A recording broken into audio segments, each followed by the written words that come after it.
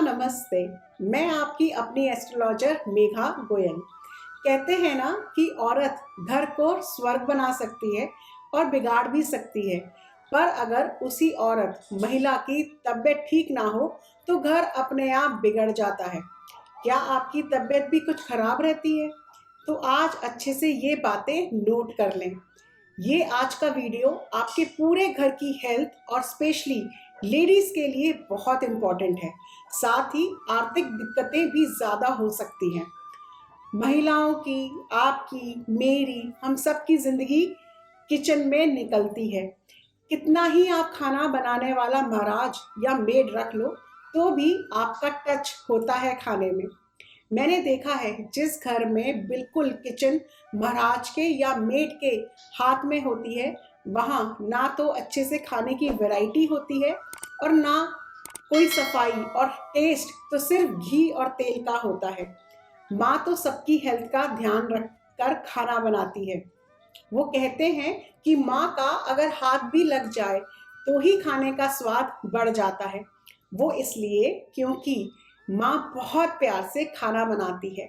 आप भी अपनी फैमिली के लिए प्यार से खाना बनाते हो और उन्हें खाता देख के सेटिस्फेक्शन आपको होती है ना?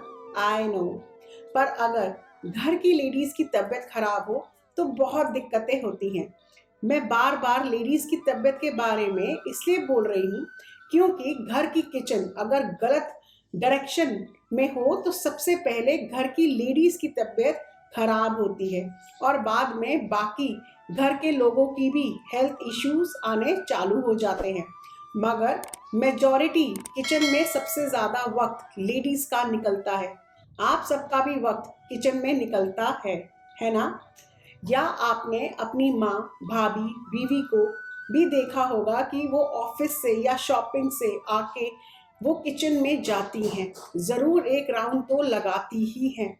तो आज मैं आपको थोड़े वास्तु टिप्स दे रही हूँ घर की एक डायरेक्शन के, जो बहुत ज़रूरी हैं। अगर वहाँ गलत चीज़ें रखी हैं तो बहुत दिक्कत हो सकती है।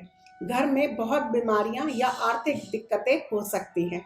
Hello everyone, my name is Megha Goyal and I welcome you all on my channel. My channel Divine Souls talk about the solution of your life. आप सभी को मेरा आत्मा नमस्ते। कमेंट सेक्शन में आत्मा नमस्ते ज़रूर लिखिएगा। आज हम बात करेंगे साउथ ईस्ट डायरेक्शन की। घर का साउथ ईस्ट डायरेक्शन यानी कि साउथ और ईस्ट डायरेक्शन के बीच में होता है साउथ ईस्ट। ये अग्नि की जगह है। अगर आप ध्यान से देखोगे तो सूर्य की किरणें भी सबसे ज़्यादा इसी साउथ ईस्ट डायरेक्शन में आती हैं। तो साउथ ईस्ट डायरेक्शन है आपके घर का अग्नि कोण और यहाँ सबसे ज़्यादा गर्म ऊर्जा होती है। घर की किचन हमेशा घर के साउथ ईस्ट में होनी चाहिए और गैस का चूल्हा भी साउथ ईस्ट में ही होना चाहिए। और आपका खाना बनाते हुए जो फेस है वो ईस्ट की डायरेक्शन में होना चाहिए। इससे आपके घर में पॉजिटिव एनर्जीज आती हैं और खाने में एक हेल्थ जो रेज हैं वो ऑटोमेटिकली बढ़ती हैं। गलती से भी यहाँ पानी का काम नहीं होना चाहिए। मैंने देखा है एक घर में जब मैं गई थी उनका वास्तु एनालाइज करने, तो उनके साउथ ईस्ट में उन्होंने बाथरूम बनाया हुआ था। वहाँ उनको जो प्रॉब्लम फेस हो रहा था वो उनको इतनी आर्थिक स्थिति की दिक्कत थी कि उनके पास खाने तक के पैसे नहीं बचे थे। उनके सामने इतनी मुश्किलें आ गई थी कि पैसा सेव ही नहीं हो रहा था उनका। दूसरा, घर में साउथ ईस्ट में कपड़े धोने का स्थान भी नहीं होना चाहिए। ये तो मेजर दिक्कत का काम है। और उस घर की प्रॉब्लम में तो आपको मैं क्या बताऊं, वहाँ घर में 2 बार आग भी लग चुकी है। साउथ ईस्ट डायरेक्शन में तो एक छोटा सा पानी का नल भी दिक्कत ला देता है। यहाँ समझने की बात यह है, किचन में सिंक दिक्कत नहीं देता क्योंकि हम चूल्हे में और सिंक जो होता है उसमें हम एनर्जी को बैलेंस कर कर दोनों की प्लेसमेंट करते हैं।